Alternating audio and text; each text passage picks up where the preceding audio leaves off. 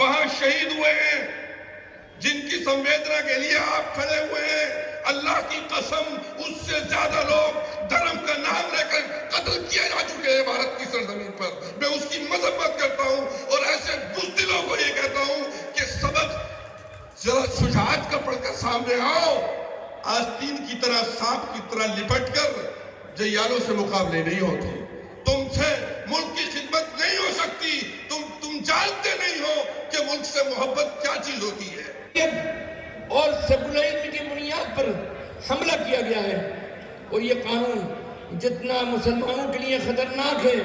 اتنا ہی دلتوں، آدیواسیوں، سکھوں،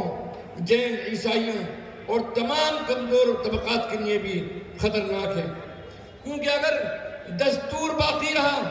اور قانون کی بالادستی قائم رہی تو سب کے حقوق محفوظ رہیں گے، اور اگر مسلمانوں کے خلاف یہ لوگ دستور ہند کی خلاف ورزی کرنے میں کامیاب ہوئے تو یاد رکھو کہ ایک ایک کر کے سب کا نمبر آئے گا، نہ تو کسی کی آزادی باقی رہے گی، نہ کسی کے حقوق باقی رہیں گے، نہ جمہوریت باقی رہے گی، نہ سیکولرزم باقی رہے گا۔ دستور کی حفاظت میں ہی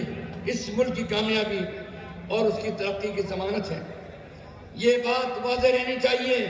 کہ مسلم دشمنی اور اکثریت پسندی کی بنیاد پر پاس کیا گیا یہ وقف ایکٹ دستور ہند کے آرٹیکل 14، آرٹیکل 15،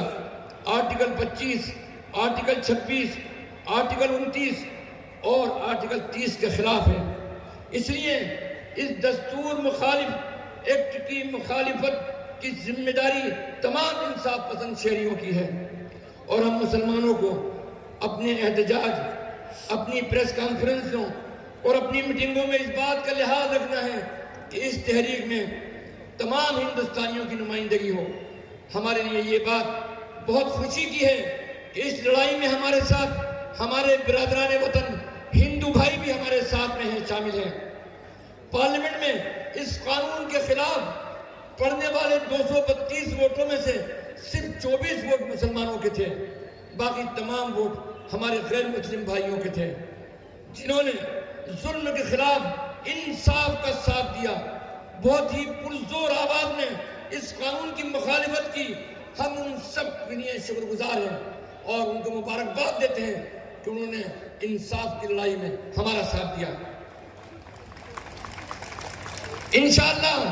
اس قانون کی واپسی تک ہم سب مل کر لڑیں گے، اس ملک کے دستور کے تحفظ اور قانون کی بالادستی کو انشاءاللہ یقینی بنائیں گے۔